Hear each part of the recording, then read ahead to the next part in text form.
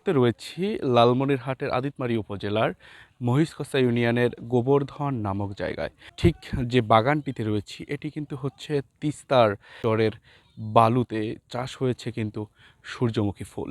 মানুষ দূর দূরান্ত থেকে এই সূর্যমুখীর যে বাগান আছে তা দেখতে যাচ্ছে। আমরা কথা বলেছিলাম এখানকার যে উপজেলা কৃষি বিভাগ রয়েছে তাদের সঙ্গে, এবং কৃষি অফিসার আমাদেরকে জানিয়েছে যে তারা পূর্ণাঙ্গ সহযোগিতা করছে। সার, কীটনাশক এবং পরামর্শ দিয়ে সহযোগিতা করায় কিন্তু আমরা এই দৃশ্যমান সূর্যমুখীর বাগানটি দেখতে পাচ্ছি। কৃষি অফিসার প্রদীপ কুমারের সঙ্গে একটু কথা বলবো। আমরা তার কাছে জানতে চাইবো যে আপনি এই এত সুন্দর একটি বাগান এখানে হয়েছে, তিস্তার বুকে কিন্তু একটা নতুন সম্ভাবনার দ্বার উন্মোচন হচ্ছে। এটার আসলে আপনারা কি চিন্তা করে এখানে এটা করছেন, এবং এতে করে আসলে লাভবান হওয়া সম্ভব আছে কিনা বা সম্ভাবনা আছে কিনা, কৃষক লাভবান হবে কিনা, এবং তামাকের বিকল্প হিসেবে সূর্যমুখীকে এখানে আসলে ছড়িয়ে দেওয়া যায় কিনা, এই ব্যাপারে একটু বলবেন প্লিজ। বাংলাদেশ চর এলাকায় আধুনিক কৃষি প্রযুক্তি সম্প্রসারণ প্রকল্প এটি। এই প্রকল্প থেকে আমাদের বিভিন্ন রকম প্রদর্শনী রয়েছে, তার মধ্যে এটি একটি সূর্যমুখী প্রদর্শনী।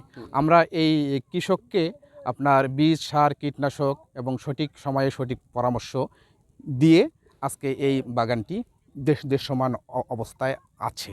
এবং বিভিন্ন জায়গার থেকে বিভিন্ন লোকজন এসে এই সূর্যমুখী ফুলের বাগান দেখতেছে এবং এর সৌন্দর্য উপভোগ করতেছে।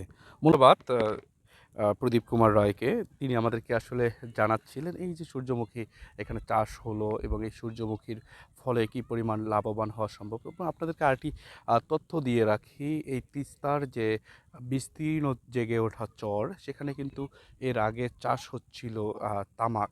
এই তামাক মানুষের স্বাস্থ্যের জন্য যেমন ক্ষতিকর, পরিবেশের জন্য ক্ষতিকর। এই সূর্যমুখী কিন্তু যেমন পরিবেশের জন্য উপকারী, এই সূর্যমুখী যেমন দেখতে সুন্দর, এই সূর্যমুখী যেমন পর্যটকদের আকর্ষণ করে।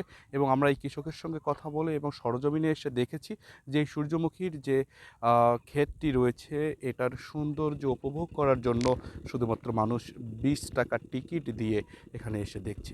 অর্থাৎ এই সূর্যমুখী চাষে সম্ভাবনা রয়েছে যদি কৃষি বিভাগ পূর্ণাঙ্গ সহযোগিতা করে, যদি উদ্যোক্তারা, যুব উদ্যোক্তারা এগিয়ে আসে এবং একটা পজিটিভ চিন্তা থেকে এই সূর্যমুখী তিস্তার চরে চাষ করা যায়, তবে কিন্তু এই সূর্যমুখীতে রয়েছে সম্ভাবনা।